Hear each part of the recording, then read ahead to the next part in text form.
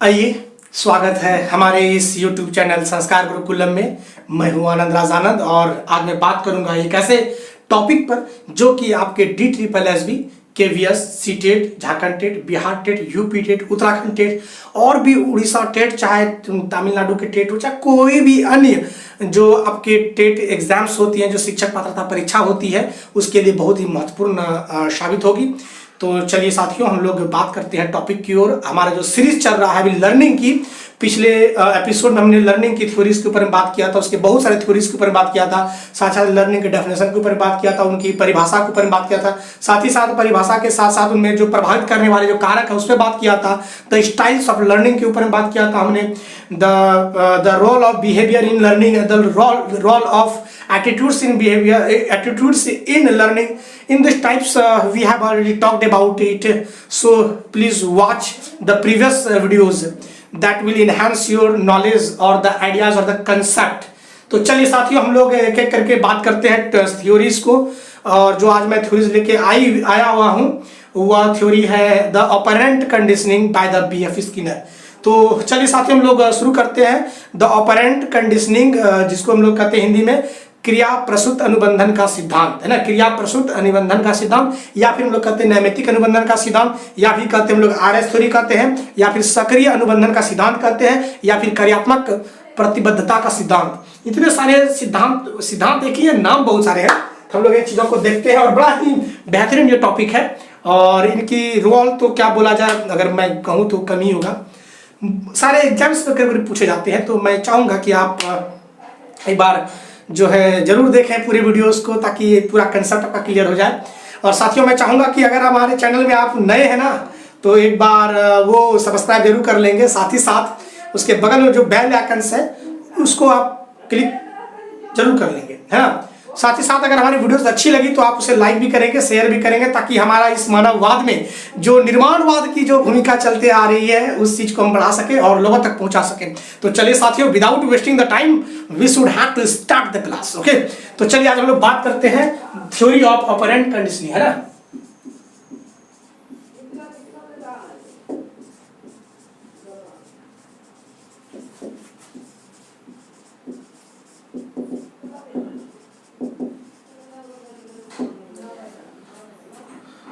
तो इसको हम लोग बात करते हैं the theory of operant conditioning, जिसको हम लोग हिंदी में कहते हैं क्रिया प्रसूत अनुबंधन का सिद्धांत। और भी बहुत सारे नाम है, सारे नाम के बारे में देख लीजिए। इंग्लिश में तो इसका एक ही नाम है, the theory of operant conditioning, but in Hindi there are many names, so we should have to know about this. पहला अगर इसको और भी अगर हिंदी में अगर नाम करें तो हम लोग कह सकते हैं इसको क्रिया प्रसूत अनुबंधन का सिद्धांत, जिसको हिंदी में कहते हैं हम लोग क्रिया प्रसूत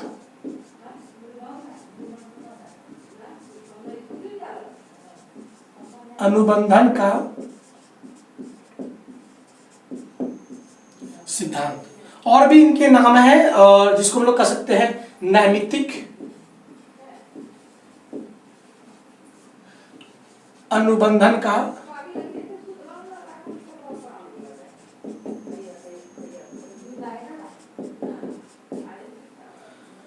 फिर एक और भी नाम है कार्यात्मक प्रतिबद्धता का नियम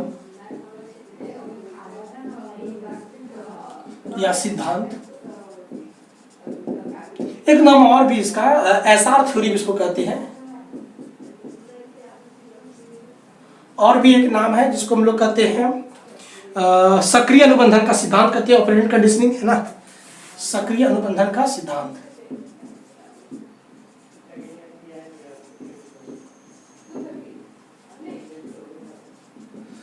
तो हिंदी मीडियम वाले थोड़ा सा इसमें गौर फरमाएंगे, और इंग्लिश मीडियम वाले एक बार में याद कर लीजिए द ऑपरेंट कंडीशनिंग, है ना। कौन दिए है तो उसका नाम है BF, है ना, बॉयफ्रेंड। गलत बात है, B फॉर बॉयफ्रेंड नहीं होता।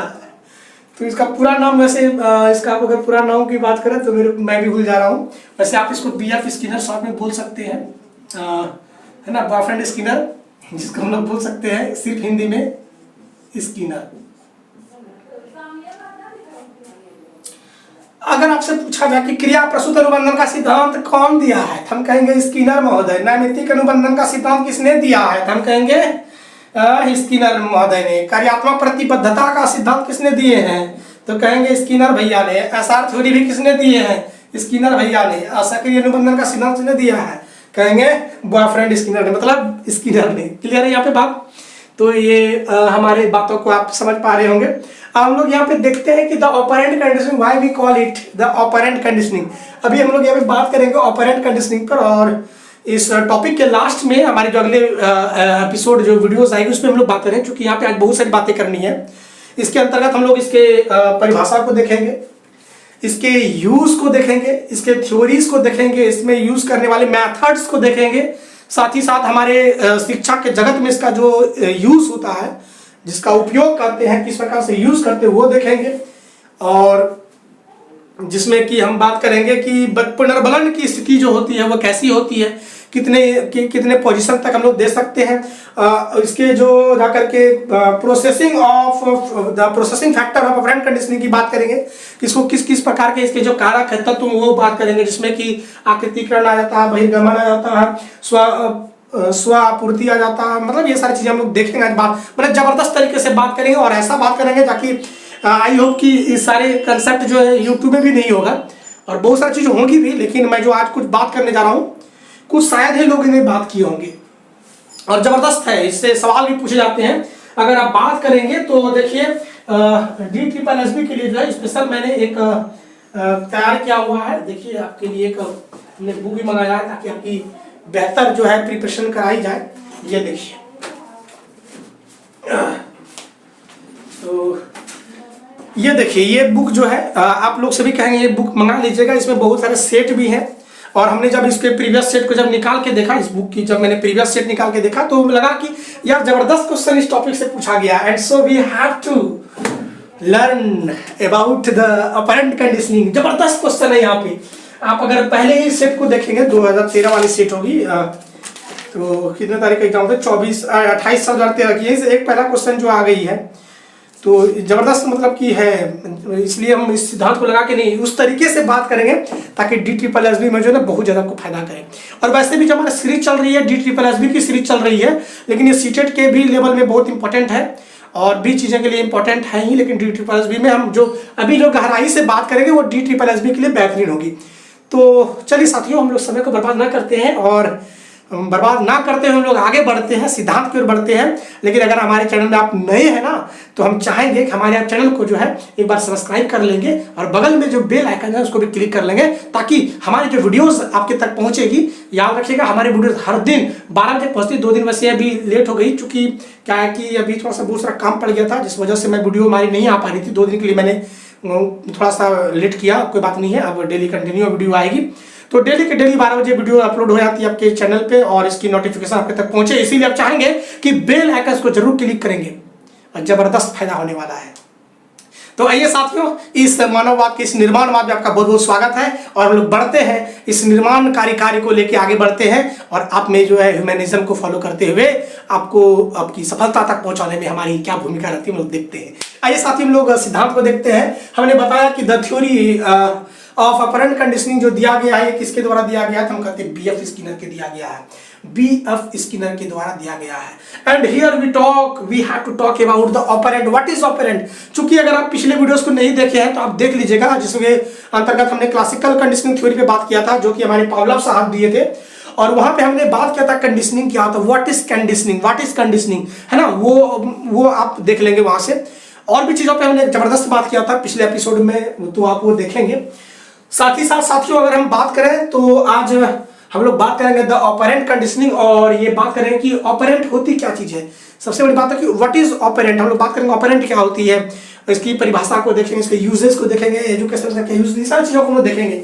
तो आइए, without wasting the time we should have to go through the theories what the Skinner महोदय टेल्स अबाउट द थ्योरीज। आइए तो हम लोग शुरू करते हैं टॉपिक की ओर। याद रखिएगा, चैनल में नए हैं तो सब्सक्राइब जरूर करेंगे, बेल आइकन को घंटी भोला बागा जरूर दबाइएगा। तो आइए हम लोग जुड़ते हैं टॉपिक की ओर। तो BF स्किनर महोदय ये बात करते हैं, और इसकी एक पुस्तक आई थी, और उस पुस्तक का नाम, जिसको हम लोग किताब कहते हैं, जिसको हम लोग बुक कहते हैं, और वो बुक का नाम है द बिहेवियर ऑफ ऑर्गेनिज्म, है ना।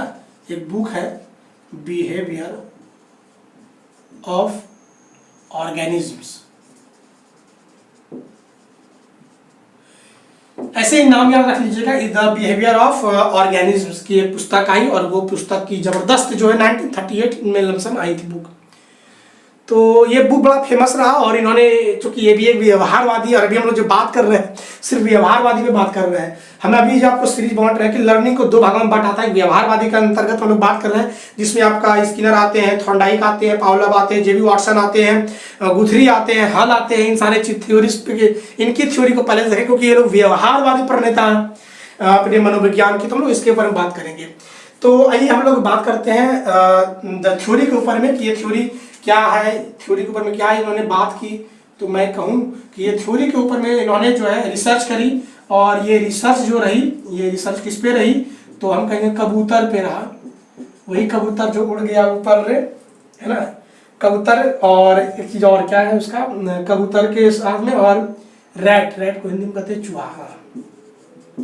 तो कबूतर और चूहा के ऊपर में जो है रिसर्च किया गया, और पाया गया कि जो है किस प्रकार से मानवों में जो व्यवहार होती है, किस वजह से होती है, उन सारे चीज़ों को जो है हमारे स्किनर महोदय जो है ज़बरदस्त तरीके से इसको जो है अपने बीच में, हमारे बीच में रखा, और इसका बहुत बड़ा यूज़ भी होता है इन एजुकेशन फील्ड में। तो हम लोग एक देखते हैं।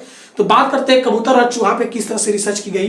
तो सबसे पहले हम चूहा को देख लेते हैं कि एक चूहा, एक ऐसा सिस्टम उन्होंने तैयार करा, और वो सिस्टम एक ऐसा था जिसको हम लोग पजल्ड बॉक्स कहते हैं, या स्किनर का बॉक्स कहते हैं, या स्किनर का डब्बा कहते हैं। एक डब्बे के आकार का है, डब्बा तो मेरे पास है नहीं, मान लिया जाए ये कुछ डब्बा है, और इस डब्बा में जो है, इस डब्बा में एक ऐसा सिस्टम बनाया गया है कि उसकी जो कुंडली है, जिससे गेट नहीं, बल्कि उसके अंदर में जो कुछ गिरेगा खाना वाला चीज़, उसके अंदर में ही उसकी स्विच लगी हुई है। फिर से समझिएगा, एक बॉक्स है, एक डब्बा है, मान लिया जाए, देखिए ये एक डब्बा है, तो मान लिया जाए ये एक डब्बा है, ऐसे कुछ जो है, ऐसे कुछ मान लिया जाए कि ये कोई डब्बा है, ठीक है, सपोज मान लिया जाए।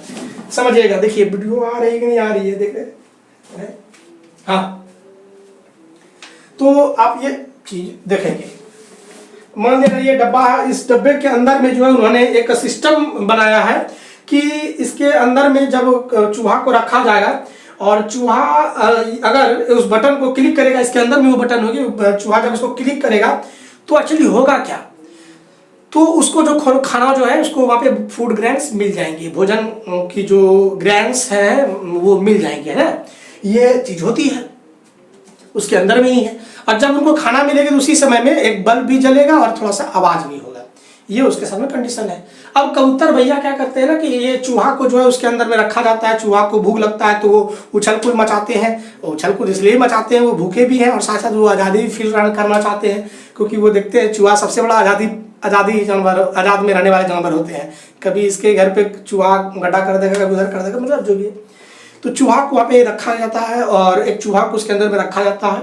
चूहा बड़ा ही उछल कूद मचाते हैं, और जो है उछल कूद करते करते उनकी पैर से जो है एक जो उनके अंदर में एक जो वो क्या कहते हैं उसको स्विच लगी हुई है, उस स्विच पे क्लिक हो जाती है, और स्विच के क्लिक होने के कारण से जो है उनको खाना मिल जाता है, आवाज़ भी होती है और एक बल्ब भी जलता है। तो उनका टाइम रिकॉर्ड देखा गया कि 1 घंटा, लमसम 1 घंटा लिया, मान लेते कि 1 घंटा के अंदर में देखा कि उन्होंने उस स्विच को जो है ऑन किया। फिर दोबारा उसको जो है अंदर में रखा गया, फिर जो उसके अंदर में थोड़ा सा समझने की कोशिश करेंगे। तो फिर दोबारा उसको वहाँ पे रखा गया उस डब्बे में, उस बॉक्स में, पजल्ड बॉक्स में।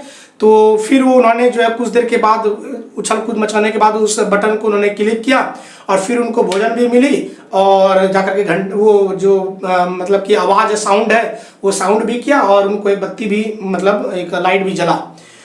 अब ये प्रक्रिया बार बार करी जा रही थी, हर बार उसका जो है रिकॉर्ड किया जा रहा था। तो उन्होंने पाया कि शुरुआती तो में 1 घंटा लगा था, फिर 40 मिनट लगा, फिर 30 मिनट लगा, फिर 10 मिनट लगा, फिर 5 मिनट लगा, और अब ऐसी सिस्टम आ गई कि अब चूहा को अंदर रखा जाता है, बटन क्लिक करके खाना खा लेता, बाहर निकल जाता है। तो देखा गया यहाँ पे कि वैसे ये जो थ्योरी है ये बेस्ड है किस पे, तो एक थॉर्नडाइक के ऊपर में बेस है। मैं थोड़ा सा रख देता हूँ। जो थॉर्नडाइक का जो सिद्धांत है, प्रयास और त्रुटि का सिद्धांत, उसी के आधार पर है। और ऐसा ही कुछ जो है हमारे पावलोव महोदय भी कहते हैं, दोनों में थोड़ा सा अंतर है, थ्योरी को लेकर अंतर है, अपना मंतव्य को लेकर अंतर है, हम लोग देखेंगे उस चीज़ों को। तो अब होती क्या चीज़ है कि कबूतर चूहा को, और कबूतर के साथ में ऐसा भी किया गया है, कबूतर को भी है उस मतलब उस बॉक्स में रखा गया है, और कबूतर भी किसी क्लिक करते हैं, लाइट जलता है, भोजन मिलता है, ये बार बार करते थे। सेम टू सेम कबूतर की तरह रैट का भी दोनों के साथ में एक ही तरह का किया गया है। और पाया ये गया कि जो है जो बल्ब जला था और जो आवाज़ हुई थी उसका वो पुनर्बलन की तरह यूज़ किया है, और पुनर्बलन की तरह यूज़ करके वो जल्दी से सीख पाया है।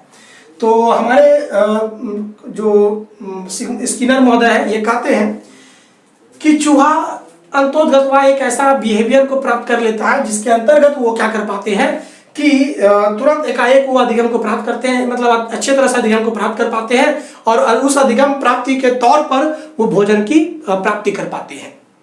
ये बात आपको समझ में साथियों आ गई। अब इसका यूज क्या है, अगर हम बात किए तो हमने यहाँ पे देखा, तो where is the marker, marker is here, okay. तो ये थ्योरी जो था बेस्ड किस पर है, ये आधारित थ्योरी बेस्ड किस पर है, आधारित है किस पर, तो हम कहेंगे E.L. थॉर्नडाइक पर। E.L. थॉर्नडाइक का जो सिद्धांत था, कौन सा सिद्धांत, प्रयास व त्रुटि,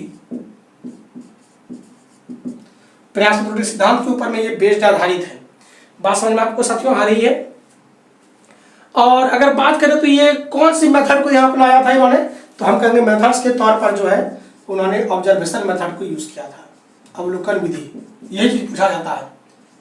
तो अवलोकन विधि को, थोड़ा सा अवलोकन है ना, अवलोकन विधि को इन्होंने अपनाया था, जिसको इंग्लिश में हम लोग ऑब्जर्वेशन मेथड कहते हैं।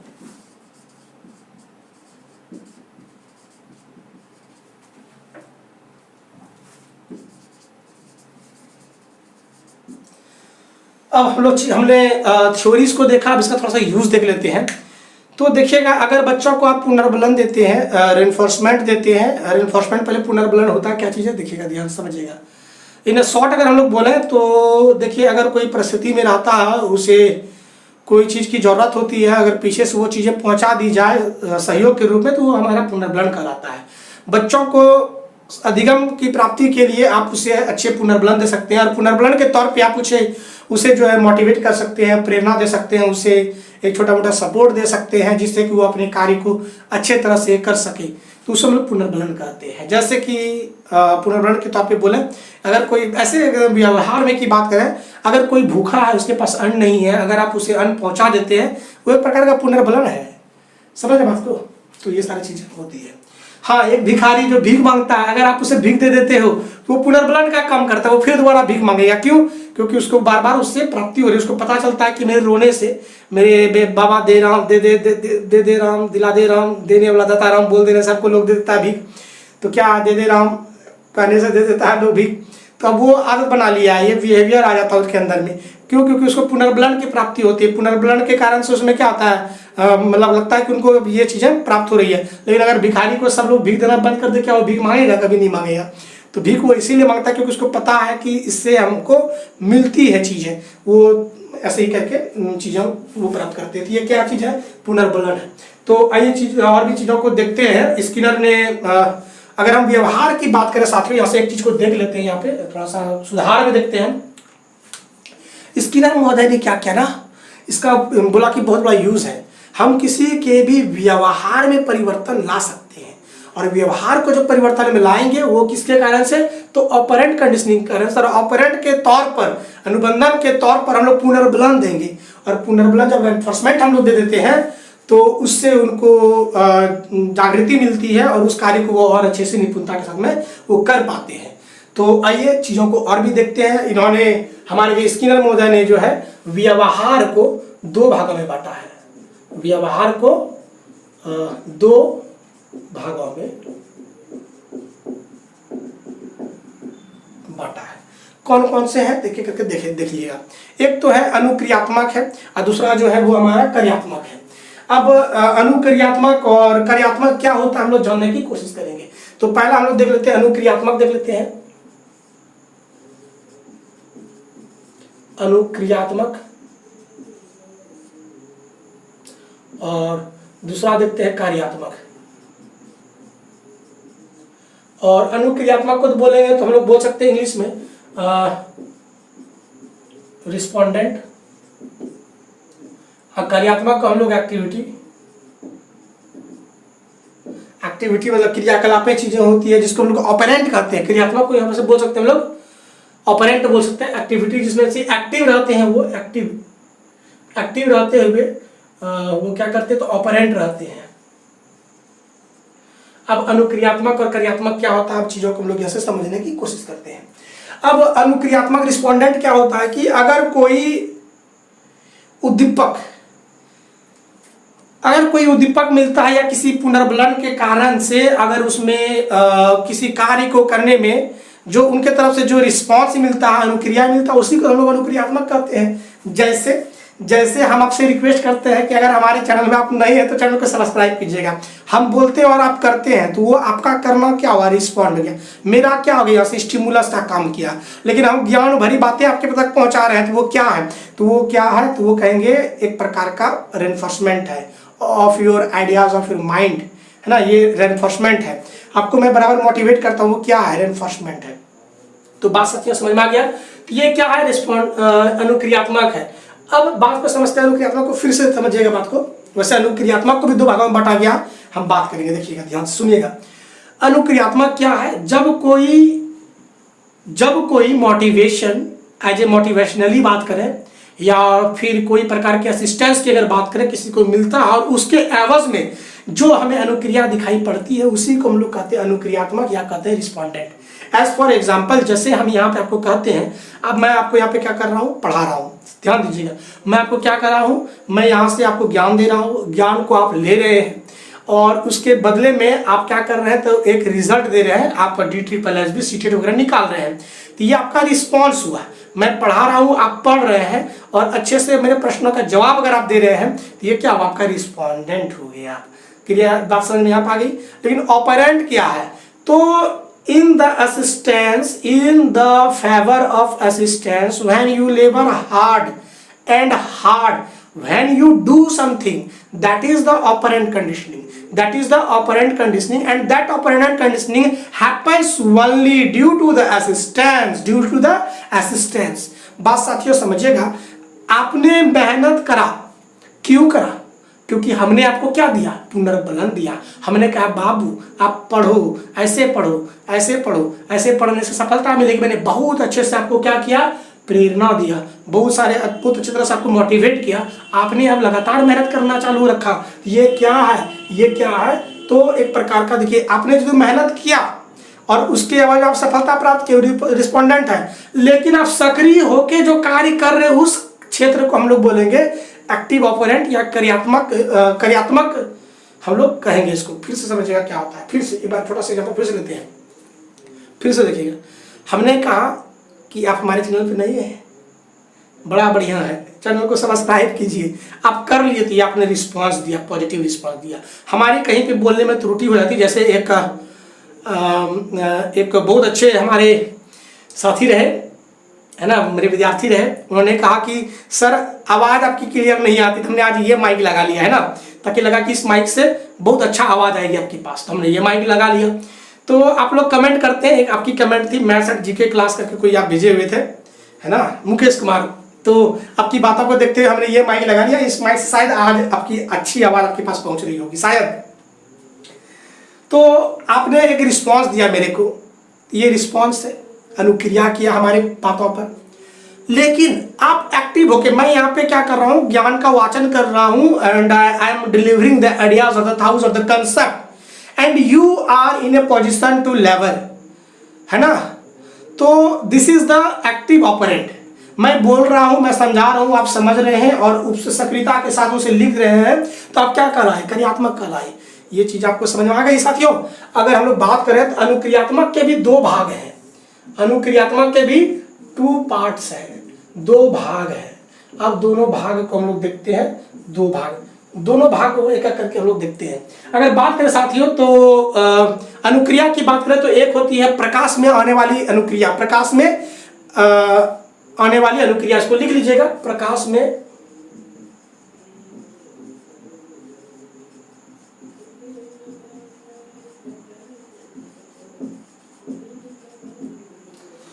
इसको हम लोग कहते हैं एलिसिटेड रिस्पॉन्स। क्या होता है इसको हम लोग समझते हैं। एलिसिटेड रिस्पॉन्स क्या होता है?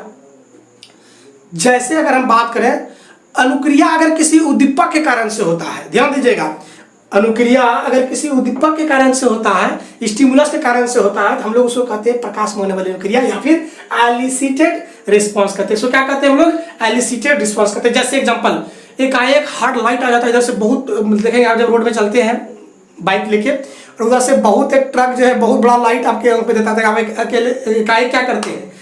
पलकों को झपका लेते हैं। ये क्या है? ये एलिसिटेड रिस्पॉन्स है। बात समझे आप? एकाएक आप चल रहे हैं, एकाएक कोई बहुत बड़ा हॉर्न आपके पीछे से क्लिक कर देता है, आप भगा जाते हैं, आप क्या नहीं, वो क्या है? वो प्रकाश में होने वाली अनुक्रिया, मतलब किसी उद्दीपक के कारण से जो प्रभाव आता है उसी को हम लोग कहते हैं एलिसिटेड रिस्पॉन्स। मतलब वैसी अनुक्रिया, वैसा रिस्पॉन्स जो कि इन द प्रेजेंस ऑफ स्टिमुलस हो, उसको हम लोग कहते हैं एलिसिटेड रिस्पॉन्स। मतलब कि such response which is in the presence of in the presence of stimulus, that is known as the elicited response। अब दूसरा अगर हम बात करें तो इसको कहते हैं हम लोग इमिटेड रिस्पॉन्स। इमिटेड रिस्पॉन्स इसको कहते हैं उत्सर्जन अनुक्रिया।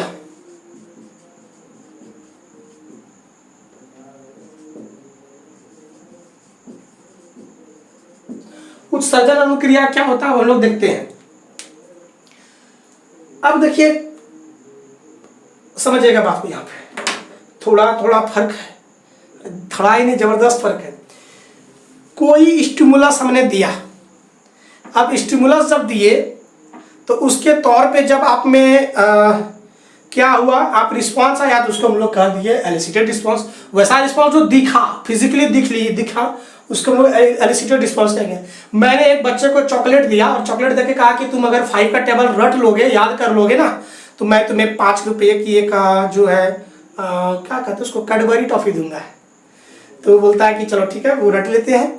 आप जैसे लड़कियां हैं, अगर बोलेंगे कि आप देखो एक बार सीटेट क्रैश कर दो, मैं आप लोगों को घुच-पुच की पार्टी दूंगा, तो पता है आप लोग पक्का एकदम DSSB एग्जाम निकाल ही दीजिएगा और मेरे से घुच-पुच पार्टी ले ही लीजिएगा, क्योंकि ये बहुत ही आपके लिए बहुत ही बड़ा बढ़िया डिश होता है, गुपचुप। हाँ ठीक, गुपचुप। ये क्या है? एलिसिटेड रिस्पॉन्स है, क्योंकि ये दिखा।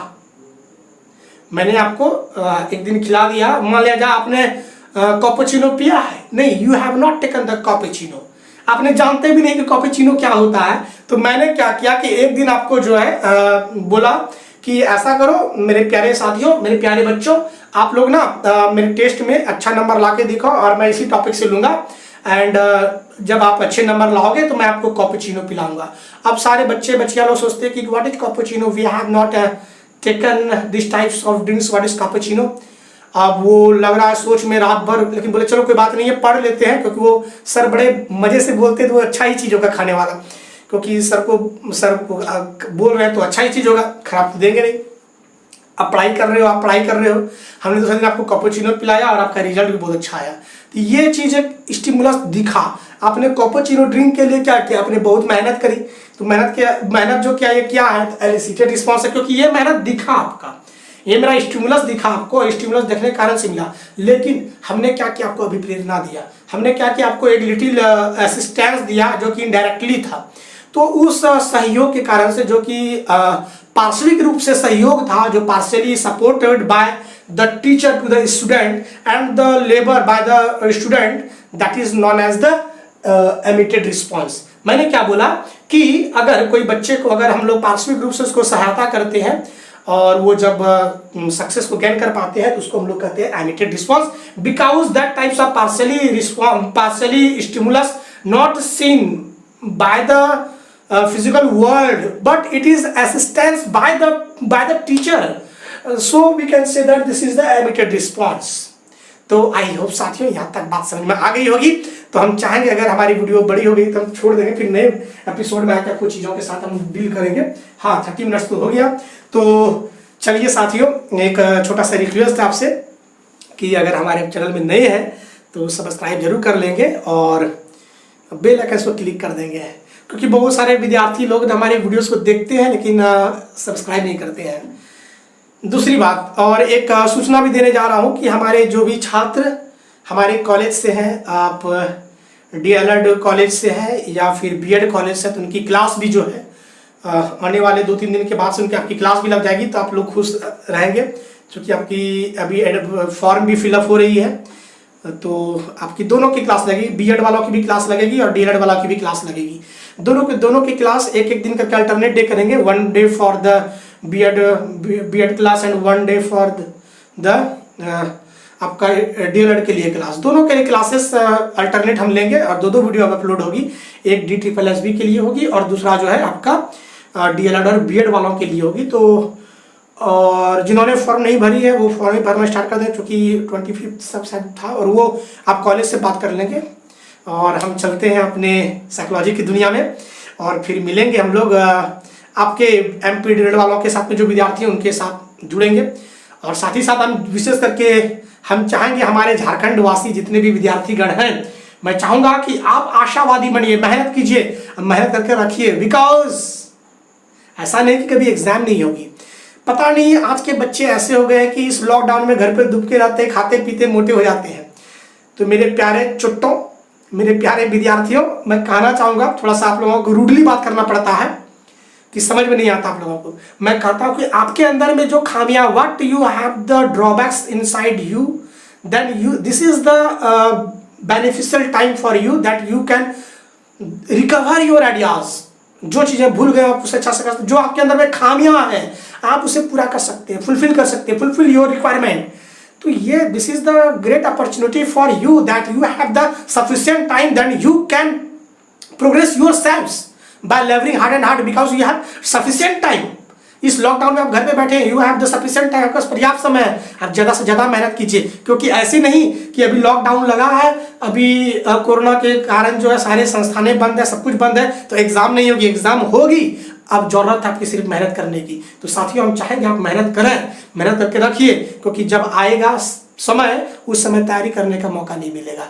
और विशेष करके मैं झारखंड वासियों से कहना चाहूंगा, झारखंड वर्ष के जो बच्चे हैं, झारखंड टेट बच्चा जरूर आएगा, आप मेहनत करके रखिए और अभी से तैयार होकर रहिए। जब आप खुद को करके रखेंगे बुलंद, तो हर सीढ़ियों को चढ़ना आपकी आसान हो जाएगी। तो चाहेंगे साथियों कि आप लोग मेहनत करके अपने आप की जो कमी है उसको दूर करके रखेंगे, अपने आप को बुलंद करके रखेंगे, तब जाके सफलता की सीढ़ी पे चढ़ने में आपको आसानी महसूस होगी। अगर यहीं से आप जो है स्टेप बाय स्टेप मेहनत नहीं करते हैं तो उस समय सीढ़ी में छलांग नहीं लगाई जा सकती है। सफलता की सीढ़ी ऐसी होती है जिसकी कोई शॉर्टकट नहीं होती। सफलता की सीढ़ी ऐसी होती है जिसपे छलांग नहीं मारी जा सकती। सफलता की सीढ़ी ऐसी होती है जिसपे मेहनत के दर से दर मेहनत करते करते स्टेप वाइज आप सफलता को प्राप्त कर पाते हैं। इसीलिए हम चाहेंगे साथियों कि आप जरूर मेहनत करेंगे एंड आई होप आप हमारी बातों समझ पा रहे होंगे। तो साथियों, अगर हमारे चैनल आप नए हैं तो चैनल को सब्सक्राइब जरूर करेंगे, साथ ही साथ हमारे बेल आइकन को क्लिक करेंगे और हमारी वीडियोस को लोगों तक पहुंचाएंगे।